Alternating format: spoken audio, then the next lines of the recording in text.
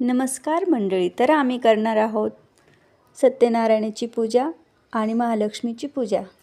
आज पौर्णिमा असल्यामुळे आम्ही सत्यनारायणाची पूजा करणार आहोत आणि गुरुवार असल्यामुळं आम्ही मार्गशीर्ष गुरुवारची महालक्ष्मीची पूजा करणार आहोत. तसंच आम्ही सगळी सामग्री आणून ठेवली आहे, केळीचे खांब वगैरे. तर स्वस्तिक काढून घेतो आहे छानशी. 2 ठिकाणी स्वस्तिक काढायला लागणार आहे. आता मी छान स्वस्तिकची पूजा अशी झाली आहे, चौरंग मांडून झाला आहे.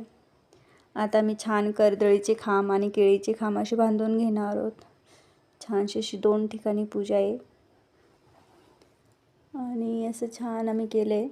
आता सत्यनारायण भगवानांची फोटो आम्ही ठेवणार आहोत. असं छानसं तिथे तांदूळ छान असे 2 नारळ, आणखीन काय तांदूळ छान असं चक्र काढलं आहे तांदळाचं. आणि इथं गणपतीचं असं छान सोंड काढली आहे, तिथं गणपती ठेवायचा. आणि तिथं घंटा ठेवायची असल्यामुळे तिथं थोडंसं अशी छानशी पूजा. तिथं घंटा ठेवणार, तिथं मध्ये एक कलश ठेवायचा आहे.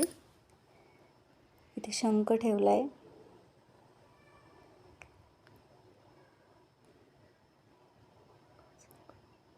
आता हे छान ओटीचं सामान ठेवायला लागतं. छान 2-2 विड्याची पानं ठेवायची. अशी 2-2 पानं. त्याच्यावर आपण हळकुंड, खारी, खोबरं आणि 1 सिक्का, सुपारी असं प्रत्येक पानावर ठेवायचे. आता ही सुपारी ठेवली. सगळ्यात आधी सुपारी ठेवायची असते.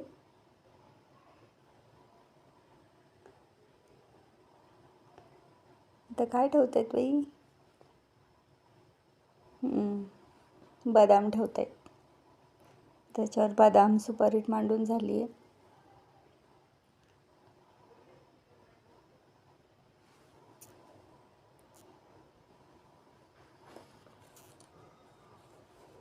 त्याच्यात खारी खोबरं असं मांडायचं छान.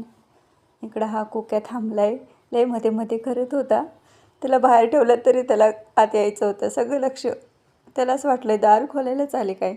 काय रे कुकू कुकू कुकू. छान झालंय. फोटोला छान हार घातलाय. गूळ खोबऱ्याचं नैवेद्य पण ठेवलंय. कलश मांडून झालाय छानसं असं मस्त. आणि इकडे महालक्ष्मीची पूजा पण म्हणजे महालक्ष्मीची मांडणी झाली. 4 कर्दळीचे खांब, मुकुट असं छान देवीचा सजवला आहे. त्यांना पण सगळं व्यवस्थित